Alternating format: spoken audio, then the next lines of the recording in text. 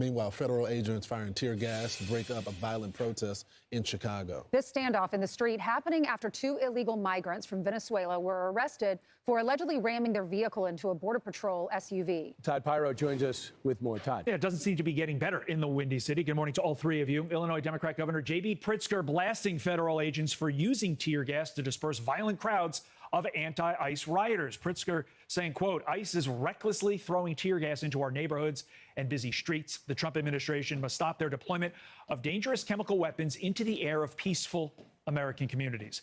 But those protests were anything but peaceful. Prior to the deployment of the tear gas, Chicago police were trying to de-escalate an anti-ICE mob when people in the crowd began getting violent. Chicago PD confirming the incident, saying, quote, individuals began throwing objects at the federal agents, at which point the federal agents deployed tear gas into the street. Now, this mob began to form after the arrest of 2 illegal migrants that DHS says rammed their vehicle into a Border Patrol SUV and then attempted to flee the scene.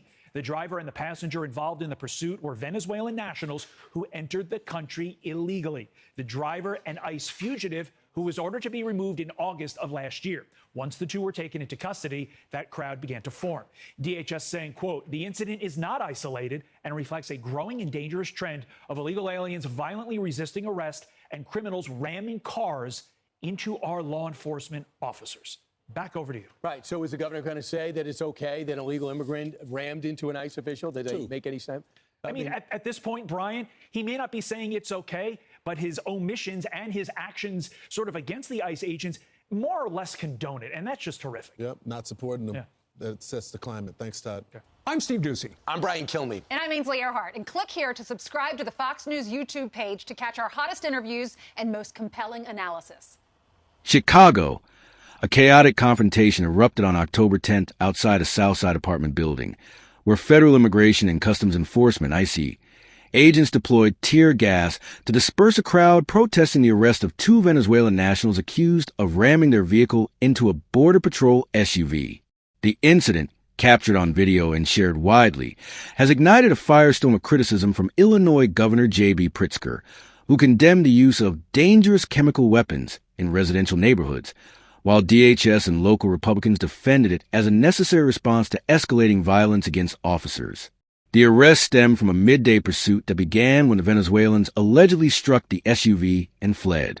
DHS identified the driver as an ICE fugitive order deported in August 2024 after illegal entry. Upon detention, a crowd gathered, hurling objects at agents, prompting the tear gas deployment. Chicago Police Department, CPD, confirmed the escalation, stating individuals began throwing objects at the federal agents, leading to the chemical response.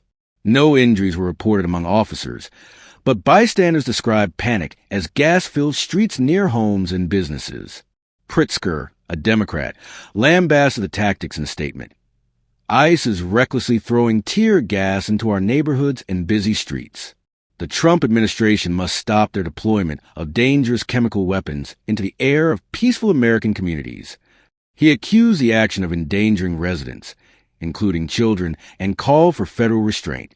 The governor's remarks drew swift rebuke from Fox News anchors Ainsley Earhart and Brian Kilmeade, who questioned the silence on the migrants' alleged assault.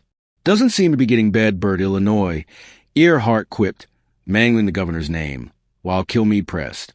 Is the governor going to say that a legal immigrant rammed into an ICE official? Does it make any sense? Fox correspondent Todd Pyro amplified the narrative, noting Pritzker's omissions and actions condone it. Pyro recounted the sequence, the vehicle ramming, flight, and crowd violence, framing the tear gas as de-escalation gone awry. DHS echoed.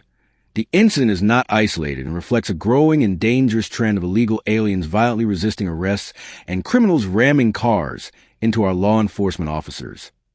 The agency highlighted 37 arrests from a raid, including non-Venezuelans, and vowed continued enforcement amid rising attacks on agents.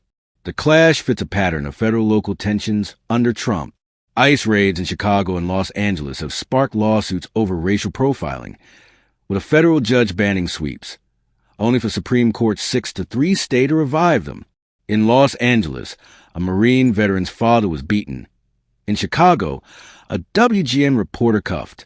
Protests, like the upcoming October 18th No Kings rallies, decry the tactics as authoritarian, with organizers rejecting GOP smears of pro-Hamas or Antifa plots.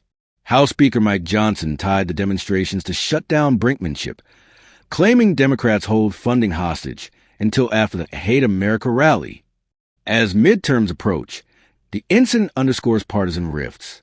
Republicans, led by Johnson, demand a clean bill sans ACA subsidies, risking 75% premium hikes. Democrats, via Hakeem Jeffries, accuse GOP sabotage of health care. Pritzker stand alliance with governors like Newsom, suing over National Guard federalizations. DHS counters that resistance emboldens criminals, but critics like Radley Balco argue it erodes pillars of freedom. No secret police, no warrantless stops. Videos of gunpoint detentions and gas near schools fuel the outrage, with bystanders demanding badges as agent hide identities. The tear gas deployment, while legal per DHS, amplifies fears of martial law light, with Trump eyeing guard for Chicago. As cities brace and protests swell, the standoff pits enforcement zeal against civil liberties, testing America's resolve amid shutdown chaos.